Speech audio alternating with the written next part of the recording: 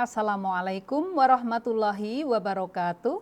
Saya Eni Istianti, dosen pengampu mata kuliah Manajemen Produksi Pertanian pada program studi Agribisnis Universitas Muhammadiyah Yogyakarta. Pada perkuliahan Manajemen Produksi Pertanian kali ini kita akan membahas tentang manajemen persediaan atau biasanya dikenal dengan istilah stok. Mengapa perusahaan perlu melakukan stok ataupun persediaan? Pada dasarnya ada dua tujuan. Yang pertama adalah untuk antisipasi agar apabila ada permintaan konsumen yang sangat tinggi, maka perusahaan bisa memenuhinya. Yang kedua, untuk antisipasi adanya kelangkaan bahan baku. Apabila bahan baku itu langka atau mahal, kalau perusahaan sudah memiliki stok, maka akan aman. Adapun jenis-jenis persediaan itu bisa dibedakan menjadi 5. Yang pertama adalah persediaan bahan mentah. Misalnya pada perusahaan, misalnya ada tahu atau tempe misalnya, maka stok atau persediaan yang dilakukan adalah kedelai, menyimpan kedelai. Kemudian yang kedua adalah persediaan komponen-komponen dalam rakitan. Di sini terutama pada perusahaan-perusahaan yang proses produksinya adalah merakit, misalnya pada perusahaan mobil ataupun sepeda motor, maka komponen-komponen untuk memproduksi mobil ataupun sepeda motor itu perlu di stok atau dilakukan persediaan agar nantinya memperlancar proses produksinya. Yang ketiga adalah persediaan bahan pembantu atau bahan tambahan. Misalnya pada perusahaan-perusahaan tempe maka berupa ragi ataupun plastik untuk pembungkusnya. Yang berikutnya merupakan persediaan barang dalam proses ya. Di sini misalnya pada perusahaan minyak goreng maka yang di stok bukan kelapa sawitnya, karena kelapa sawit itu tidak bisa disimpan, maka perusahaan bisa stok untuk CPO-nya, yaitu merupakan bahan pengolahan dari kelapa sawit. Kemudian ada persediaan barang jadi, di sini berarti persediaan outputnya, barang yang sudah jadi, misalnya pada perusahaan kopi, di sini berarti kopi yang mungkin siap untuk dipasarkan. Di dalam persediaan itu akan terkait dengan biaya tentunya. Perusahaan yang melakukan stok tentu akan mengeluarkan biaya. Ada 4 macam biaya yang muncul apabila perusahaan melakukan persediaan. Yang pertama adalah biaya penyimpanan. Biaya penyimpanan ini kadang-kala cukup besar karena perusahaan harus menyediakan fasilitas gudang untuk menyimpan, kemudian untuk tenaga kerja untuk menjaganya, dan mungkin peralatan untuk mendukung proses penyimpanan barang. Kemudian yang kedua adalah biaya pemesanan.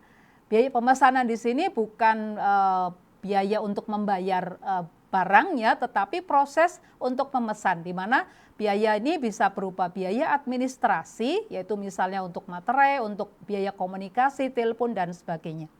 Kemudian yang ketiga adalah biaya penyiapan. Ini terutama terjadi pada perusahaan yang proses produksinya bertahap. Dari pengolahan bahan mentah menjadi bahan setengah jadi dan kemudian diolah lagi menjadi bahan jadi. Di sini akan muncul ada biaya untuk penyiapan.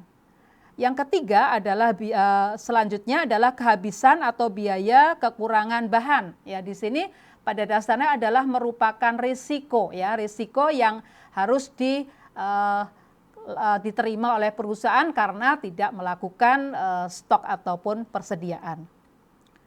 Kemudian manajemen persediaan itu bisa dibedakan menjadi 2, yaitu manajemen persediaan untuk barang yang permintaannya independen, ya contohnya berarti pada perusahaan tahu ataupun tempe berarti permintaan kedelai, ya. Di sini berapapun yang dibutuhkan oleh perusahaan tempe atau tahu tadi, maka akan mudah dipenuhi karena di sini independen. Kalau tidak bisa dipenuhi oleh supplier satu, maka perusahaan bisa membeli ke supplier yang lain. Itu namanya independen. Kemudian yang berikutnya adalah manajemen persediaan barang yang permintaannya dependen. Di sini misalnya contoh pada lagi-lagi ya pada perusahaan minyak goreng, di mana minyak goreng tersebut mengolah sendiri dari kelapa sawit menjadi CPO. Kemudian CPO ini diolah menjadi minyak goreng. Maka dari pabrik minyak goreng tersebut, permintaan terhadap CPO-nya tidak bebas, tetapi tergantung dari ketersediaan CPO yang sudah diolah dari kelapa sawit. Jadi itu tentang manajemen yang dependen. Nah, ada salah satu contoh metode atau metode yang dapat digunakan untuk menentukan persediaan atau stok agar biayanya minimum. Di sini kita kenal dengan metode Economic Order Quantity atau EOQ, ya. Di mana dalam hal ini hanya ada dua macam biaya, ya. Dalam EOQ ini adalah biaya penyimpanan dan biaya pemesanan. Dengan menggunakan metode EOQ ini, maka perusahaan dapat membeli ataupun menyimpan produk dalam hal ini dengan mengeluarkan biaya penyimpanan dan pemesanan yang minimum. Adapun formula ataupun rumus untuk menentukan EOQ adalah EOQ sama dengan akar 2S kali D per H, di mana D adalah penggunaan bahan baku, S adalah biaya pemesanan, dan H adalah biaya penyimpanan.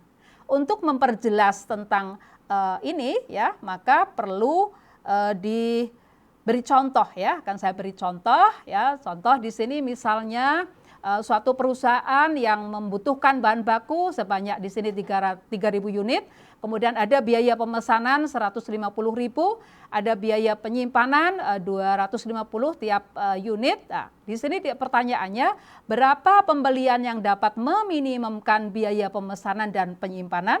Maka kita bisa menggunakan rumus ini, ya, tadi, ya. EOQ sama dengan akar 2SD per H.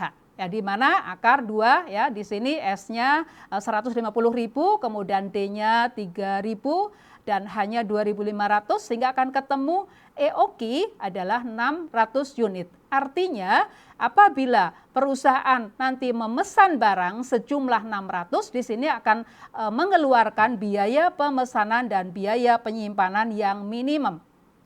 Nah, kemudian kalau pertanyaan selanjutnya, jadi dalam 1 tahun perusahaan harus melakukan pemesanan berapa kali? Ya, tentunya di sini tinggal dibagi saja bahwa kebutuhan tiap tahun adalah 3.000, sekali pemesanan adalah 600, sehingga dalam 1 tahun perusahaan itu melakukan pemesanan ataupun pembelian bahan baku sebanyak 5 kali.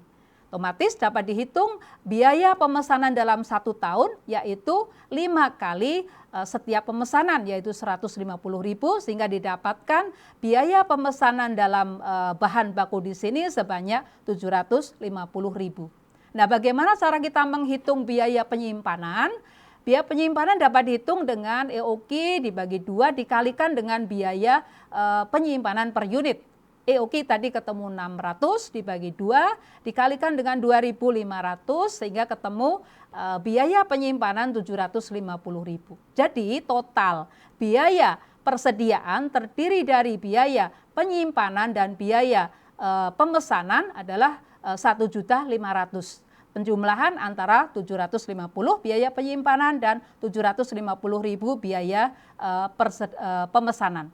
Nah, dapat kita simpulkan bahwa manajemen persediaan merupakan hal yang cukup penting bagi perusahaan, karena di sini akan untuk antisipasi, ya, apabila ada permintaan yang sangat tinggi, dan di sini tentunya dengan menggunakan rumusan EOQ akan didapatkan kita memesan atau membeli bahan mentah dengan biaya yang minimum. Nah, demikian yang dapat saya sampaikan terkait dengan manajemen persediaan, ya. Mudah-mudahan bermanfaat. Terima kasih atas segala perhatiannya.